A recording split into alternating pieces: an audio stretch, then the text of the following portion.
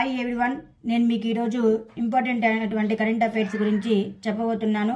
మీరు ఈ వీడియోని మొదటి నుండి చివరి వరకు ఎక్కడ స్కిప్ చేయకుండా చూసినట్లయితే ఈ కరెంట్ అఫైర్స్ అర్థమవుతుంది. అలాగే ఈ వీడియో మీకు నచ్చినట్లయితే లైక్ మరియు సబ్స్క్రైబ్ చేసుకున్నట్లయితే డైలీ కరెంట్ అఫైర్స్ మీకు నోటిఫికేషన్ రూపంలో అప్డేట్ అవుతూ ఉంటాయి. ఇటీవల G7 దేశాలు తమ మార్కెట్లోకి ఏ దేశపు వజ్రాల ప్రదేశాన్ని నిరోధించాలని ప్లాన్ చేశాయి. రష్యా. ఇటీవల వార్తలు వస్తున్న హౌతీ తిరుగుబాటుదారులు ఏ దేశానికి చెందినవారు? యెమెన్ దేశానికి చెందినవారు.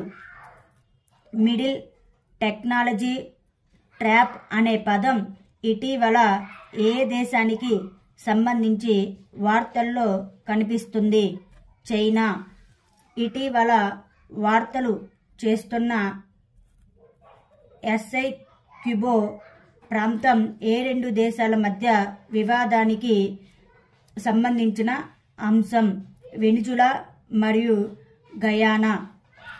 ఇటీవల భూటాన్ యొక్క ప్రతిష్టాత్మకమైన order of merit gold medal ఎవరికి లభించింది?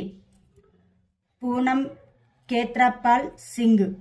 ఇటీవల భారతదేశం తన మొదటి శీతాకాలపు శాస్త్రీయ యాత్రను ఏ ప్రాంతంలో ప్రారంభించింది? ఆర్కిటిక్ ప్రాంతం.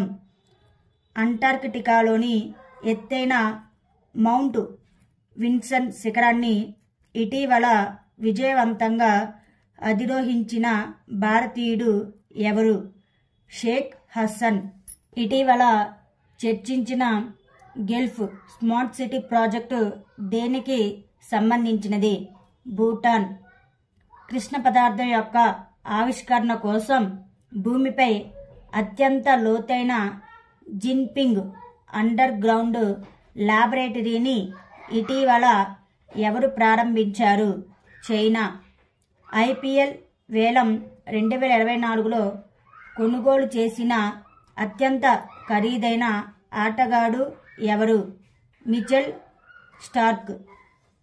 ఖేలో ఇండియా గేమ్స్ 2023 ఎక్కడ నిర్వహించబడుతుంది? తమిళనాడు. ఇటీవల భారత సాయుధ దళాలను బంగారు గుడ్లగూబతో ఎవరు సత్కరించారు? శ్రీలంక. విజయ్ హజారే ట్రోఫీ 2023 విజేత జట్టు ఏది? హర్యానా.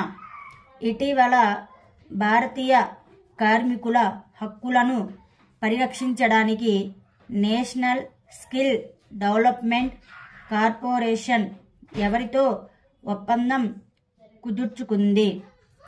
Saudi Arabia. ఇటీవల ఆనంద్ వివాహ చట్టం ఎక్కడ అమలు చేయబడింది? జమ్మూ అండ్ కాశ్మీర్.